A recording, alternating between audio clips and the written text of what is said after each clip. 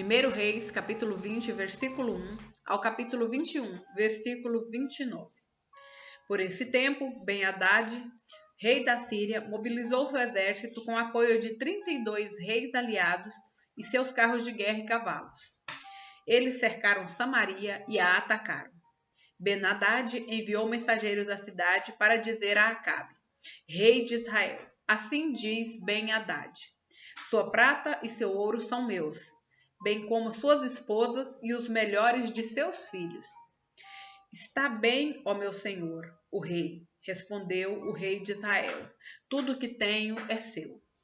Pouco depois, os mensageiros voltaram e disseram: assim diz Ben-Hadad: já exigi que entregasse sua prata, seu ouro, suas esposas e seus filhos, mas amanhã, a esta hora, enviarei meus oficiais para vasculharem seu palácio e as casas de seus oficiais e tomarem tudo o que considerarem de valor. Então Acabe convocou todas as autoridades de Israel e lhes disse: vejam como esse homem quer nossa desgraça. Já concordei em lhe entregar minhas esposas, meus filhos, minha prata e meu ouro. Não ceda a nenhuma outra exigência, aconselharam as autoridades e o povo. Portanto, Acabe respondeu aos mensageiros de Ben-Hadad: digam ao meu senhor, o rei: eu lhe darei tudo o que pediu da primeira vez, mas não posso aceitar sua última exigência. Os mensageiros voltaram a Ben-Hadad com essa resposta.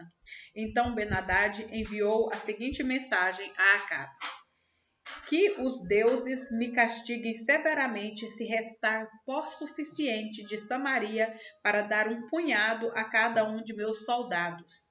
O rei de Israel respondeu: o guerreiro que se arma com sua espada para lutar não deve se vangloriar como o guerreiro que já venceu. A resposta de Acabe chegou a Ben-Hadad e aos outros reis quando bebiam em suas tendas. Preparem-se para atacar, ordenou Ben-Hadad a seus oficiais. E eles se prepararam para atacar a cidade. Enquanto isso, um profeta foi a Acabe, rei de Israel, e lhe disse: assim diz o Senhor: está vendo esse enorme exército inimigo? Hoje eu o entregarei em suas mãos. Com isso você saberá que eu sou o Senhor. Acabe perguntou: por meio de quem ele fará isso acontecer? O profeta respondeu: assim diz o Senhor: os soldados dos comandantes das províncias o farão. Sim, respondeu o profeta. Então Acabe convocou os 232 soldados dos comandantes das províncias. Em seguida, reuniu o restante do exército de Israel, cerca de 7.000 homens. Por volta do meio-dia, quando Ben-Hadad e os 32 reis aliados ainda estavam em suas tendas, bebendo até ficarem bêbados, o primeiro contingente, formado pelos soldados dos comandantes das províncias, saiu da cidade. Quando eles se aproximavam, os espiões de Ben-Hadad o avisaram: há alguns soldados vindos de Samaria. Ele ordenou: quer tenham vindo em paz, quer para guerrear, tragam esses soldados com vida. Os soldados dos comandantes das províncias de Acabe e todo o exército haviam saído para lutar. Cada soldado israelita matou seu adversário sírio e, de repente, todo o exército sírio fugiu. Os israelitas perseguiram, mas o rei Ben-Hadad e alguns cavaleiros fugiram a cavalo. O rei de Israel destruiu os outros cavalos e carros de guerra e massacrou os sírios. Depois disso, o profeta disse ao rei Acabe: prepare-se para outro ataque. Comece a planejar desde já, pois o rei da Síria voltará na virada do ano. Depois da derrota, os oficiais de Ben-Hadad lhe disseram: os deuses israelitas são deuses dos montes, por isso venceram. Mas podemos derrotá-los com facilidade nas planícies. Desta vez, porém, substitua os reis por outros comandantes. Reúna outro exército como que o Senhor perdeu. Dê-nos o mesmo número de cavalos e carros de guerra, e lutaremos contra os israelitas nas planícies. Certamente os derrotaremos. O rei Ben-Hadad fez conforme aconselharam. Na virada do ano, convocou o exército sírio e marchou novamente contra Israel. Dessa vez, em Afeque. Israel reuniu seu exército, organizou linhas de abastecimento e saiu para lutar. Mas, em comparação com o enorme exército sírio que cobria todo o campo, os israelitas pareciam 2 pequenos rebanhos de cabras. O homem de Deus foi ao rei de Israel e lhe disse: Assim diz o Senhor: os sírios pensam que o Senhor é um Deus dos montes e não das planícies. Por isso entregarei todo o enorme exército sírio em suas mãos. Então vocês saberão que eu sou o Senhor. Os 2 exércitos acamparam um de frente para o outro durante 7 dias. E no 7º dia a batalha começou. Os israelitas mataram 100.000 soldados da infantaria dos sírios em um só dia. O restante fugiu para a cidade de Afeque, mas o muro caiu sobre eles e matou mais 27.000. Ben-Hadad fugiu para a cidade e se escondeu num quarto secreto. Os oficiais de Ben-Hadad lhe disseram: Senhor, ouvimos que os reis de Israel são misericordiosos. Vamos nos humilhar, usar panos de saco na cintura e cordas na cabeça e nos render ao rei de Israel. Talvez ele deixe o Senhor viver.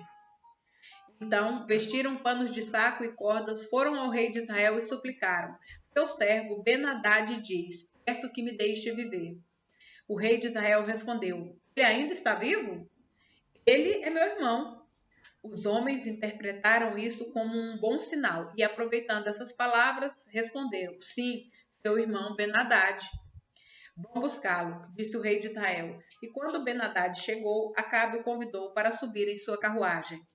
Ben-Hadad lhe disse: Devolverei as cidades que meu pai tomou de seu pai, e você poderá estabelecer centros de comércio em Damasco, como meu pai fez em Samaria. Acabe disse: Sob essas condições, eu o libertarei. Então os dois fizeram um acordo e Ben-Hadad foi liberto. Enquanto isso, o Senhor instruiu um dos membros de um grupo de profetas a dizer ao outro: Dê um soco em mim. Mas o homem se recusou a fazê-lo. Então o profeta lhe disse: Como você não obedeceu à voz do Senhor, um leão o matará assim que você sair daqui. E, quando ele partiu, um leão o atacou e o matou. Em seguida, o profeta se dirigiu a outro homem e disse: Dê um soco em mim. O homem deu um soco no profeta e o feriu. O profeta colocou uma faixa de pano sobre os olhos para se disfarçar e esperou pelo rei junto à estrada. Quando o rei ia passando, o profeta gritou: Eu, seu servo, estava no meio da batalha acirrada, quando, de repente, alguém me trouxe um prisioneiro e disse: Vigie este homem. Se ele escapar, você morrerá ou pagará uma multa de 35 quilos de prata. Contudo, enquanto eu estava ocupado fazendo outra coisa, o prisioneiro desapareceu. A culpa é sua, respondeu o rei. Você mesmo pronunciou sua condenação. Então, sem demora, o profeta tirou a faixa dos olhos, e o rei de Israel reconheceu que era um dos profetas. O profeta lhe disse: Assim diz o Senhor, uma vez que você poupou o homem que eu havia ordenado que fosse destruído, você deve morrer em lugar dele, seu povo em lugar do povo dele. O rei de Israel foi para casa em Samaria indignado e aborrecido. Naquela época, um homem chamado Nabote de Jezreel possuía um vinhedo que ficava ao lado do palácio de Acabe, rei de Samaria. Certo dia, Acabe disse a Nabote: Como sua videira fica próxima do meu palácio, quero comprá-la para fazer uma horta. Em troca, darei a você uma videira melhor, ou se preferir, pagarei o valor em dinheiro. Nabote, porém, respondeu: O Senhor me livre de lhe entregar a herança que recebi de meus antepassados. Então, Acabe foi para casa indignado e aborrecido por causa da resposta de Nabote. O rei foi deitar-se, virou o rosto e não quis comer. Qual é o problema? Perguntou sua esposa Jezabel. Por que você está tão aborrecido e nem quer comer? Acabe respondeu: Pedi a Nabote de Jezreel que me vendesse sua videira ou que a trocasse por outra, mas ele não quis. Afinal, você é o rei de Israel ou não é? Disse Jezabel. Levante-se e coma alguma coisa e não se preocupe com isso. Conseguirei para você a videira de Nabote. Então ela escreveu cartas em nome de Acabe, selou-a com o selo do rei e enviou para as autoridades e outros líderes da cidade onde Nabote morava. Nas cartas ela ordenava: reúnam os habitantes da cidade para jejuar e coloquem Nabote no lugar onde todos possam vê-lo. Mandem sentar-se em frente dele todos os homens de mau caráter que o acusem de amaldiçoar a Deus e o rei. Depois levem-no para fora e matem-no por apedrejamento. As autoridades e os outros líderes da cidade seguiram as instruções dadas por Jezabel em suas cartas. Convocaram os habitantes da cidade para um jejum e colocaram Nabote no lugar onde todos podiam vê-lo. Então, 2 homens de mau caráter vieram, sentaram-se de frente para ele e o acusaram diante de todo o povo, dizendo: ele amaldiçoou a Deus e o rei. Em seguida, foi arrastado para fora da cidade e morto por apedrejamento. Os líderes da cidade mandaram avisar Jezabel: Nabote foi apedrejado e está morto. Quando Jezabel ouviu a notícia, disse a Acabe: lembra-se da videira que Nabote se recusou a vender? Agora você pode ficar com ela. Nabote está morto. Acabe desceu de imediato à videira de Nabote para tomar posse dela. Contudo, o Senhor disse a Elias, de Tisbe: vai encontrar-se com Acabe, rei de Israel, que governa em Samaria. Ele estará na videira de Nabote para tomar posse dela. Transmita-lhe esta mensagem. Assim diz o Senhor: não foi suficiente para você matar Nabote? Era preciso que também roubasse a propriedade dele? Por causa do que você fez, os cães lamberão seu sangue no mesmo lugar onde lamberam o sangue de Nabote. Quer dizer que você me encontrou, meu inimigo? Disse Acabe a Elias. Sim, respondeu Elias, vim porque você se vendeu para fazer o que é mal aos olhos do Senhor. Agora o Senhor diz: trarei desgraça sobre você e o exterminarei, e destruirei todos os seus descendentes do sexo masculino em Israel, tanto escravos como livres. Acabarei com sua família, como fiz com a família de Jeroboão, filho de Nebate, e com a família de Baasa, filho de Aías, pois você provocou minha ira e levou Israel a pecar. E quanto a Jezabel, o Senhor diz: cães devoraram o corpo de Jezabel no campo em Jezreel. Os membros da família de Acabe que morrerem na cidade serão comidos pelos cães, e os que morrerem no campo serão comidos pelos abutres. Não houve ninguém que tenha se vendido tão completamente para fazer o que é mal aos olhos do Senhor como Acabe, influenciado por sua esposa Jezabel. Sua prática mais repugnante foi adorar ídolos, como haviam feito os amorreus, povo que o Senhor tinha expulsado de diante dos israelitas. Quando Acabe ouviu essa mensagem, rasgou suas roupas, vestiu-se de pano de saco e jejuou. Passou a dormir em cima de panos de saco e a andar cabisbaixo. Então Elias de Tisbe recebeu outra mensagem do Senhor. Vê como Acabe se humilhou diante de mim? Por isso, não trarei calamidade durante sua vida. Farei cair a calamidade sobre os filhos dele. Destruirei sua dinastia. Atos, capítulo 12, versículo 24 ao capítulo 13, versículo 15. Enquanto isso, a palavra de Deus continuava a se espalhar e havia muitos novos convertidos. Quando Barnabé e Saulo terminaram sua missão em Jerusalém, voltaram, levando consigo João Marcos. Entre os profetas e mestres da igreja de Antioquia da Síria estavam Barnabé e Simeão, chamado Negro, Lúcio de Cirene, Manaém, que tinha sido criado com o rei Herodes Agripas, e Saulo. Certo dia, enquanto adoravam o Senhor e jejuavam, o Espírito Santo disse: separem Barnabé e Saulo para realizarem o trabalho para o qual os chamei. Então, depois de mais jejuns e oração, impuseram as mãos sobre eles e os enviaram em sua missão. Enviados pelo Espírito Santo, eles desceram ao porto de Seleucia, de onde navegaram para a ilha de Chipre. Ali, na cidade de Salamina, foram às sinagogas judaicas e pregaram a palavra de Deus. João Marcos os acompanhava como assistente. Viajaram por toda a ilha até que, por fim, chegaram a Pafos, onde encontraram um feiticeiro judeu, um falso profeta chamado Bar-Jesus. Ele acompanhava o governador Sérgio Paulo, um homem inteligente que convidou Barnabé e Saulo para visitá-lo. pois desejava ouvir a palavra de Deus.